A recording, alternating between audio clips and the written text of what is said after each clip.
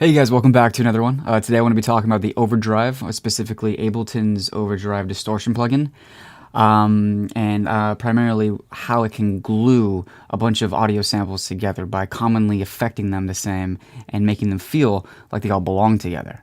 So that's the goal today, and I'm going to teach you guys how to do that. So yes, I'm working with Ableton 10. And the plugin that I'm going to be using is Ableton's Overdrive plugin. So I have one set up right here. I just want to quickly go over the parameters of this Overdrive. If you guys are kind of like familiar or new, we can quickly do that in my own words. So what we got here in this box is basically just a little tiny frequency analyzer.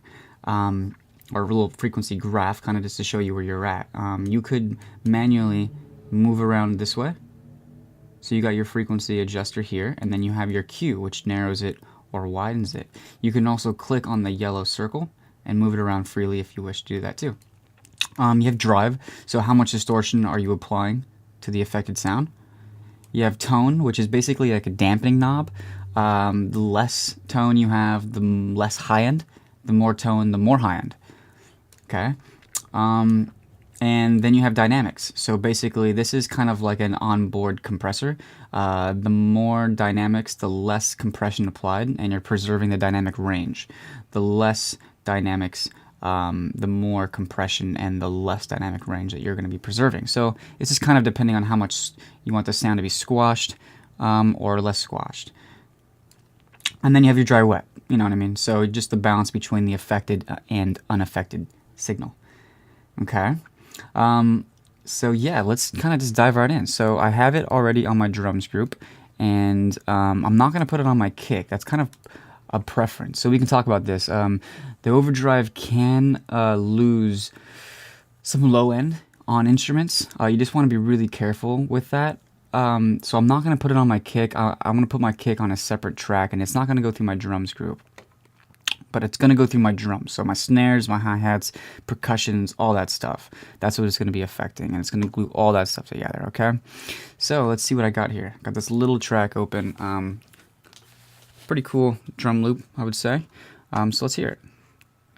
First, let's hear it without the effect of the overdrive.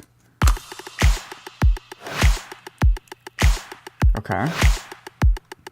Now, with it, I'm going to add a little bit more of the wetness, process signal.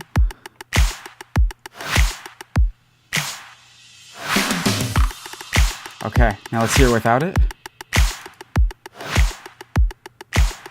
Not so high-endy, right? It's lost some of its energy.